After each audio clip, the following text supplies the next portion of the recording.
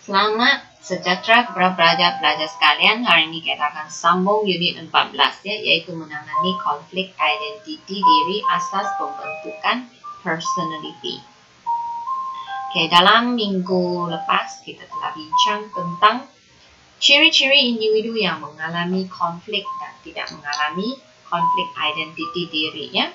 Seterusnya cikgu telah bincang dengan kamu yaitu faktor yang mempengaruhi konflik identiti diri sebagai remaja. Ini agama, jati diri, perasaan ingin tahu, selalu tertekan, pengaruh rakan sebaya dan pengaruh media masa. Hari ini kita akan masuk dalam cara mengatasi konflik identiti diri. Sebelum itu mari kita lihat.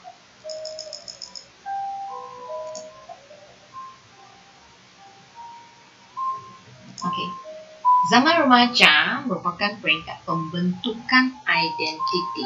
Jadi, inilah masanya berlakunya perkembangan dan perubahan dalam diri seseorang yang merangkumi aspek pemikiran, perasaan, dan juga perlakuan. Apa yang kita pikir, apa yang kita rasa, dan apa yang kita lakukan akan berlaku perkembangan dan perubahan di sini. Jika kita tidak dapat mengawal diri daripada perlawan kawan, mungkin kita akan mudah terpengaruh untuk melakukan aktiviti yang tidak bermoral. Jadi, kita perlu ada memupuk nilai yang positif untuk menangani konflik identiti diri ini. Jadi, ada beberapa cara untuk mengatasi konflik identiti diri. Mari kita lihat. Kita lihat peta minda ini. Cara-cara kita mengatasi konflik identiti diri. Jadi, kita lihat dari sebelah kiri. Yang pertama warna hijau, mengeratkan hubungan kekeluargaan. Ini adalah salah satu cara kita mengatasi konflik identiti diri. Kenapa kita perlu mengadakan hubungan yang erat dengan keluarga? Karena kita boleh mendapatkan bantuan dan nasihat semasa kita mengalami masalah ataupun mungkin kita menghadapi sesuatu masalah dalam hidup. Mungkin kita dilema, kita boleh memilih apa yang kita mahu dalam hidup ini, dalam pelajaran ini. Jadi kita bolehlah bertanyakan pendapat daripada keluarga kita, ahli keluarga kita. Mereka ini mungkin adalah orang tua kita, kan? Ibu bapa kita ni mengalami banyak cabaran dalam kehidupan.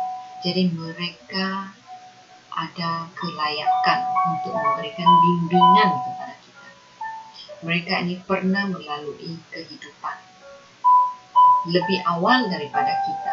Jadi mereka ini ada pengalaman, ada pengetahuan, ada pendapat untuk memberikan idea dan pendapat ataupun nasihat kepada kita.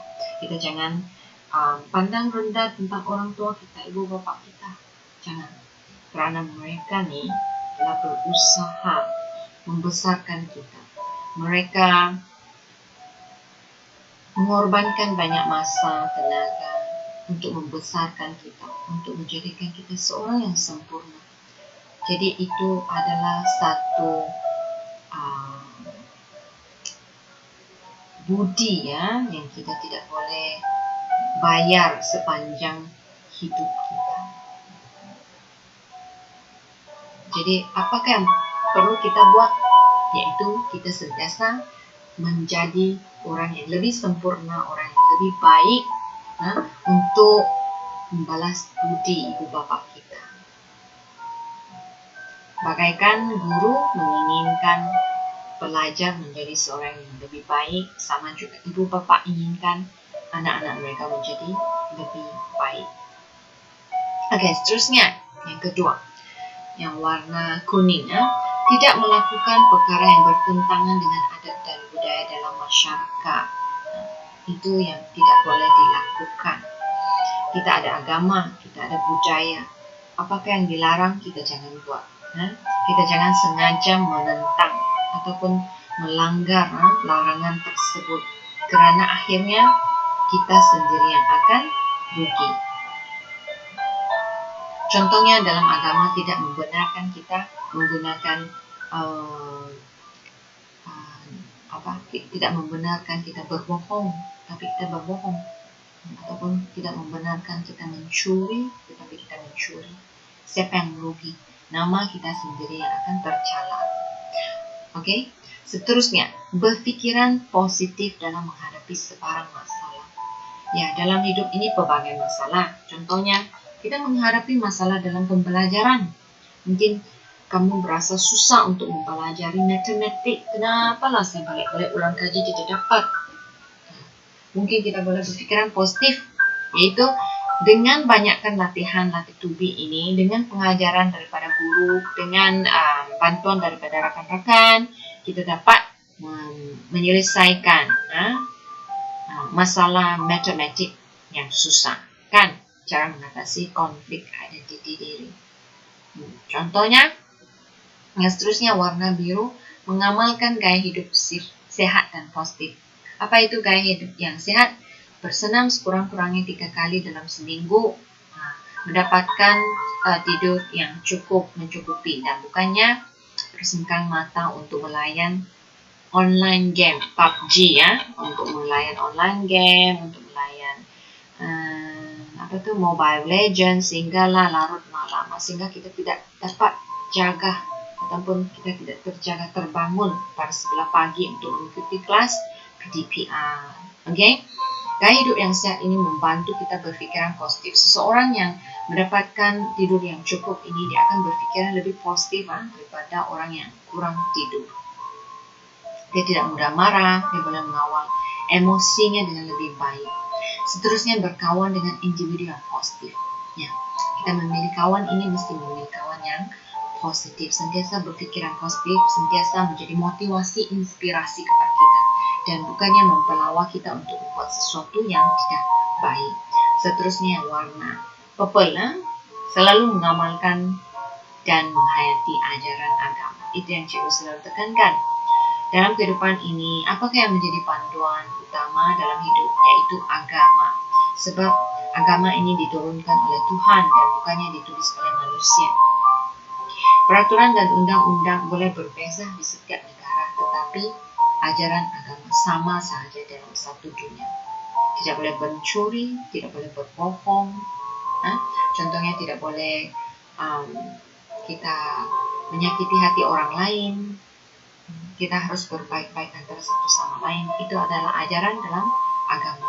Semua agama dalam dunia ini adalah sama sahaja. Mengajarkan semua yang baik. Mengajarkan manusia supaya bersikap baik, supaya berbaik antara satu sama lain. Jadi dengan 6 cara ini, mengadakan hubungan erat dengan keluarga. Jadi kita boleh sharing dengan keluarga. Tidak melakukan apa yang bertentangan dengan adat kita. Berfikiran positif selalu. Ada cara penyelesaiannya. Dan mengamalkan gaya hidup yang sehat. Mendapatkan tidur yang cukup akan membuatkan kita merasa lebih tenang. Seterusnya, berkawan dengan individu yang positif. Selalu memberikan motivasi. Dan seterusnya adalah menghayati ajaran dalam agama ini. Kita mengikut ajaran agama. Jadi itu adalah cara untuk mengatasi konflik identiti diri. Dengan mengamalkan 6 cara ini, kita tidak akan mengalami konflik identiti diri, kerana kita tahu apa yang patut dilakukan dan apa yang tidak patut dilakukan, dan tidak akan ada banyak isu dan persoalan dalam diri kita lagi. Okey, pelajar sekalian. Jadi hari ini cikgu akan cikgu telah bincangkan untuk cara mengatasi konflik identiti diri ini, dan cikgu harap kamu boleh faham dan amalkan dalam kehidupan dan salin nota ini dalam buku. Dan itu sahaja untuk unit 14 untuk kelas ini. Nanti cikgu akan sambung untuk kelas yang lain. Itu sahaja untuk hari ini. Sekian, terima kasih.